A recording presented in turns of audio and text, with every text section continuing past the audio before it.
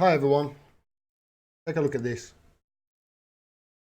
War Socialist website, Blairites and Zionists escalate witch hunt of Labour MP Chris Williamson. Just read a short bit of this, just the top of it. The filthy witch hunt of suspended Labour Party MP Chris Williamson. This is by Robert Stevens, by the way. Great job, mate. The filthy witch hunt, I love the way he started it, of suspended Labour Party MP Chris Williamson by the Blairite right-wing and Zionist forces being escalated with basic democratic rights under threat. Over the weekend, the Labour Party-run Manchester City Council agreed to pull the power supply to prevent Williamson from speaking at a March for Democracy rally as part of the 200th anniversary commemorations of the Peterloo massacre taking place in.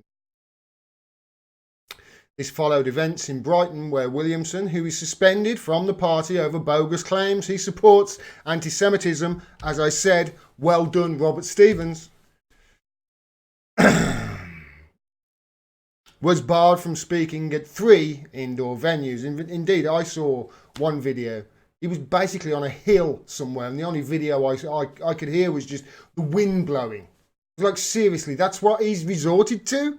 Speaking on a hill somewhere in Brighton? With the wind blowing? And the only recording I could... Last year, Williamson described the Blairites' attacks on Labour leader Jeremy Corbyn over his handling of anti-Semitism allegations in the party as, quote, proxy wars and bullshit. He correctly stated, many people in the Jewish community are pulled by what they see as weaponisation of anti-Semitism for political ends. This is something I've pointed to time and time again. These bogus claims of anti-Semitism and these smears of anybody just because you don't like the fact that they are anti-war or pro-Palestine or critical of Israel or whatever you don't like. These bogus claims, they do genuine claims of anti-Semitism, of which they are no service whatsoever. And it's also anti-Semitic in itself to make a bogus claim. Anyway, a Labour member for over 40 years, Chris Williamson, and an MP for 7, over 40, he only looks about 40, he looks the same age as me. And an MP for 7, Williamson was first suspended from the party on February the 27th. 4 months later, on June the 26th, a 3-member panel of Labour's NEC, the National Executive Committee, the National Constitutional Committee, sanctioned Williamson for breaching party rules. They issued him a formal warning, effectively lifting his suspension. As I said, they didn't sanction him for anti-Semitism or anything like that. No, they sanctioned him because he was critical of his own party. Now, this is something that, again, the headlines in the media never say. And it's something that's really important. This is a key bit of information. And if they're leaving that out, then you know what? It's fake news. And they're probably charging you £154 a year for the privilege. Sanctioned Williamson for breaching the party rules. They issued him a formal warning, effectively lifting his suspension. In response, the Blairites and Zionists ramped up their hysterical attacks. And 2 days later, he was suspended from the Labour Party for a second time. So this is the story of how Blairites in the Labour Party tried to get Chris Williamson suspended for telling the truth and wrapped it up in a bogus claim of anti-Semitism, basically.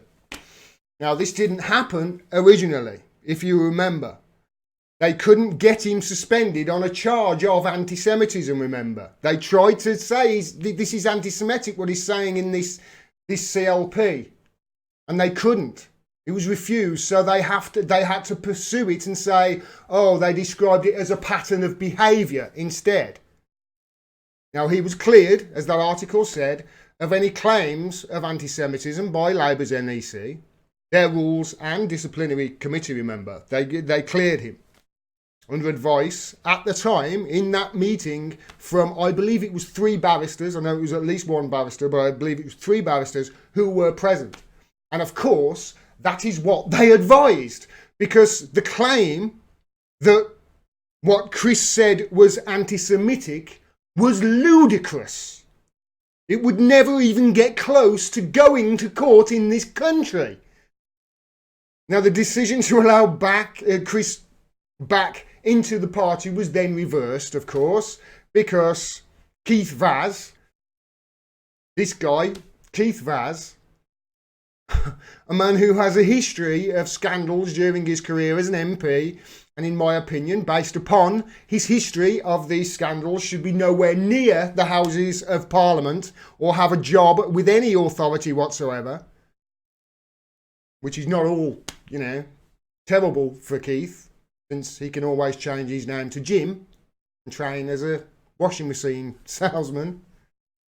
So anyway, Chris Williamson was re-suspended, I should say, because Keith Vaz changed his mind the next day, blaming medication.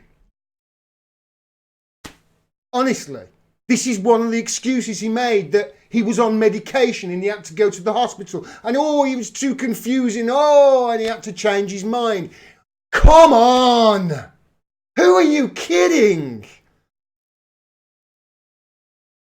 Not only did this, of course, leave Chris Williamson re-suspended, but it left people like me in this country who can see the facts as I have laid them out to you for what they are. It left people like me, let's face it, apoplectic with rage, since the pattern of behaviour that Chris has now been re-suspended for seems to be telling the truth, holding power accountable, and doing his damn job miles better than any of the sorry excuse for politicians there are in Westminster right now. And now, to top all this off, not only has he been suspended for a bogus claim, found innocent of it, and then re-suspended because a Labour MP, Keith Vaz, Jim, God. In the face of all this, let's face it, Chris has faced a torrent of newspaper headlines basically calling him a racist, run by a Mockingbird media who are basically, let's face it, the establishment's PR company right now, smearing a man as a racist, as an anti-Semite, which have been repeated then, obviously these smears, uncritically by MPs and all sides of the aisle, and obviously all the hangers-on and the blue check marks on Twitter. From what I can see, during all this, the guy has had zero, at least public, support from the Labour Party hierarchy during this. And he's even now, I don't know whether he started this actually, I've got to be honest, but there is obviously a campaign to raise £75,000 for him so he can sue, can't believe this, the Labour Party, of which he has been a member of and a tireless activist for, and now brilliant MP in my opinion, for 7 years. He's having to sue his own party because of their atrocious handling of this entire ordeal. And now, to top it all off, after all that as well, Manchester Council, run by his own party, his own Labour Party, threatened to pull the plug on a power supply to prevent him speaking. I can't understand why the Labour Party has such a bad rap. Can you? If you're a Labour Party member and you've said nothing about this to your CLP or whatever, and you're not raising hell about this right now, shame on you. I'm not a Labour Party member, I am. And if you're a Labour MP, then quadruple shame on you, 10 times shame on you, if you haven't said anything in support of Chris Williamson, of which I can't see any, let's face it. Every one of them, including supposed progressives in the party, shame on you. Shame on all of you. Because none of them have said thing in public defence of this bullshit claim. All of them, instead of calling this for what it is, instead of giving people the facts as I have in this video, yes, everything I've said in this video is fact. If it's not, please let me know. I'll retract it if you can prove it. It's not. Everything I've said is fact. Instead of answering these bogus allegations with facts, they've been silent in his defence. We should be hearing them screaming from the rooftops in solidarity with this guy right now. Shouldn't we? But instead we hear crickets. Not only do we hear nothing from other Labour MPs in defence of him, but they also go on to answer these allegations of anti-Semitism. It's a bogus claim. They're raising it up to make it to beat them over the head with a political point. Whenever confronted by any of these allegations, by our Mockingbird media doing the government's PR for them, they first, obviously, all of these Labour MPs confirm the narrative in every speech they make, don't they? The Labour Party opposes racism in every form. That's what they say. Oops, sorry. That's what they say, isn't it? The Labour Party opposes racism in every form. That's what they all say before answering any questions about about the Williamson saga or anti-Semitism claims. Thereby, first of all, confirming the bullshit narrative. Giving it the air it needs to breathe and then multiply. You know, I get crap. I get a lot of crap from Labour Party supporters in the comments whenever I call out their party's nonsense. And it is, as I have just said, complete nonsense. What they say to me is we just need to get in power. Okay? They say once he's in power, Jeremy can change it. The Labour, we can change it once we're in power. My argument to that is really, do you think things will get better or easier for Corbyn and Labour if they somehow win an upcoming general election, of which I think there's going to be one in the next few months? Most people do. I mean, it's probably going to be one by default. The grasp by Boris Johnson on his government is so tenuous with just one seat. Do you think it's going to get easier for Jeremy Corbyn or harder if he somehow wins a general election? And do you think these bogus attacks of anti-Semitism against the party, Chris Williamson and anybody criticising Israel, do you think they'll get less if Jeremy Corbyn is Prime Minister or more? Do you think they'll subside, or do you think the Labour Party hierarchy have publicly been silent on this? They've capitulated to the establishment and this fake anti-Semitism smear while they're in opposition, remember? While they're in opposition. What do you think, what makes anybody think that they will suddenly grow a spine in government and fight back against it? Sad, it really is. So disappointing. We need a revolution in this country, we really do. The ruling class have hijacked our democracy to such an extent that the one MP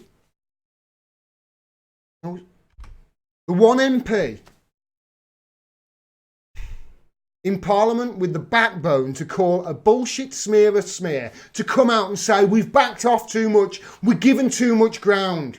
We're giving credence to this. It's not like this. We need to fight. We need to fight back against what they're doing. The one person standing up to that, not just that either. He's the only MP I can see really publicly and consistently calling on the government openly to investigate the Orwellian Integrity Initiative. He's constantly doing it. He was the only MP calling on the government. He was the only MP openly and regularly making speeches about the imprisonment of a 7-time Peace Prize nominated journalist, Julian Assange, whose crime is of proving war criminals be war criminals. He is now locked up in UK's Gitmo for. He's one of the only politicians consistently calling it out. He's the only MP in Parliament who was actually calling on his own members. Do you remember? Members of his own party, he was pulling them up because they were spreading lies on the BBC about the Venezuelan democracy. You remember with Rachel Reeves? And it's funny, isn't it? They've silenced him.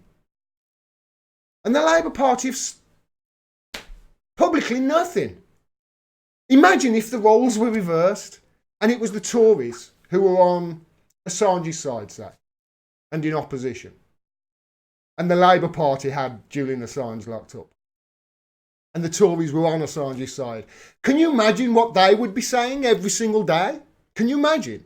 All 300 of them, or whatever these, would be up every single week, going on about free press and freedom of the press and free speech. Every one of them. They'd be beating Labour over the head with it day in, day out. And if the media tried to frame it any different way, they would say no. And they would stand their ground. Wouldn't they? Wouldn't they?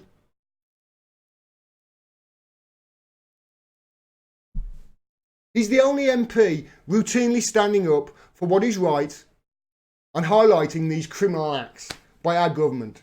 And he has been suspended by his own party over a baseless accusation, found innocent, unsuspended, then resuspended because Jim the washing machine salesman took some dodgy medicine and changed his mind.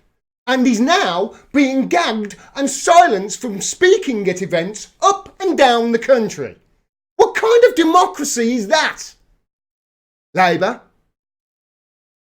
Stopped from even talking to people. People he represents and works non-stop for. Stopped from telling them what the truth actually is. Is that what Labour stands for now? Does Jeremy Corbyn condone this? Or does he oppose it? I don't know. He's been so silent. Look at the Assange issue. Like I say, if the roles were reversed, the Tories would be beating Jeremy Corbyn over the head with it every single day. All of them. They'd line up to have turns to bash them over the head. They would actually be morally on the right side for once. And what's he doing? Got Diane Abbott to stand up in the Houses of Parliament, one of Labour's worst speakers. I'm sorry, she is. One of Labour's worst speakers, as great as she is. By the way, she's great. I wish more politicians had her moral compass. But they had her stand up and make a speech in defence of Julian Assange when there was, I think, about 4 people sitting behind her on Labour. 4! Something like that. It was ridiculous. There was hardly anybody there. And then they've made one tweet and that's it. Hardly anything since. If you want my vote in any upcoming election, Labour, and people like me, if you want our vote, then when we do hit the ground on that election trail, you better be screaming about these things non-stop. You better be shutting up right now because all you're waiting for is that 6-week period where there's the rules. And you can go on TV and people have to hear you in your own words. When that happens, honestly, people like me are going to demand that they see a rapid change in tact from Corbyn and his supporters. Because if you don't, all you're really doing is campaigning on a base of, we're not the Tories. Because if you capitulate on everything else, then what else are you going to capitulate on, eh? If you capitulate on the anti-Semitism smear, if you capitulate on Williamson, if you capitulate on Integrity Initiative, if you capitulate on all these things that I've highlighted in this video, what else are you going to capitulate on, huh? privatising the rail, renationalising the rail rather, and other utilities. What else? I hate that,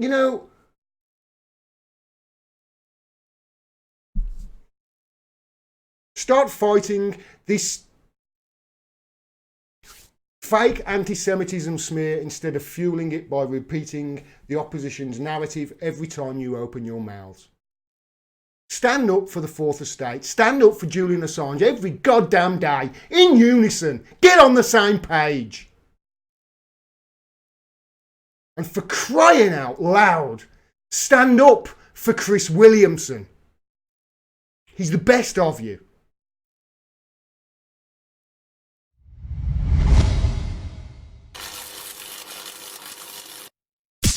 Thanks very much for watching. Please make sure you're subscribed and click the bell below so you get a notification of when I drop further videos. And click through to my website to find out ways you can support me. Please support independent media. We cannot do this without your help. Till next time, peace and take care.